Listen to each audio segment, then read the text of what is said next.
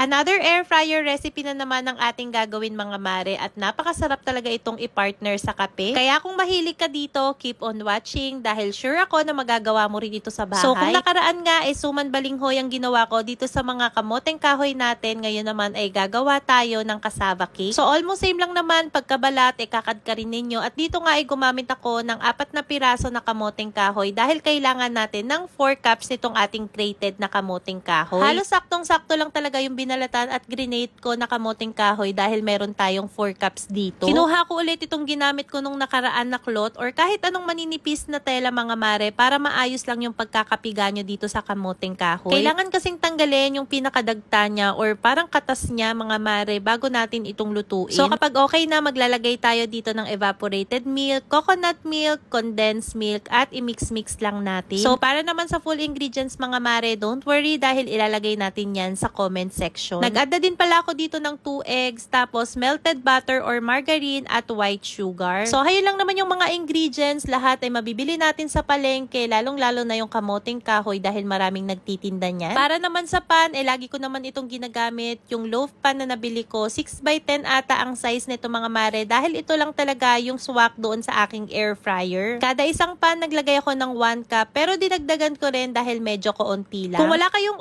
oven, pwedeng-pwede yung air fryer. So dito gumamit lang ako ng air fryer. Naka-preheat na ito at isinalang ko ito ng 180 degrees Celsius at 30 minutes. Habang niluluto ito ay pumunta naman tayo sa toppings. Ito meron akong 1 egg yolk. Naglagay na din ako nitong ating condensed milk at saka coconut milk. Para mas masarap din, naglagay na din ako ng napakaraming cheese. So kung mahilig kayo sa cassava cake, ito pala yung masarap na nasa tuktok mga mare at ito talaga yung nilalantakan ko. So after 30 minutes, heto na nga. At nakalimutan ko, maglagay nga pala kayo ng foil mga mare dahil kapag walang foil ay napakadaling masunog. Toothpick test lang natin kung wala nang sumasama at kapag luto na talaga ay ilagay na natin itong ating mixture para sa toppings. Kahit nga walang toppings mga mare, sure ako na pwedeng-pwede na pero para mas masarap ay maglalagay tayo nito. Isa lang ulit natin ito ng 180 degrees Celsius tapos mga 15 minutes lang at after 15 minutes, heto na mga mare. Para na nga siyang bake mac at nung nakaraan na ginawa kong inutak, almost the same lang talaga yung itsura nila. Doon nga pala sa recipe na ginawa natin, makakagawa tayo ng 4 pans. Pero yung pang-4 na pan ay isinalin ko dito sa aking cupcake molder. Sobrang takam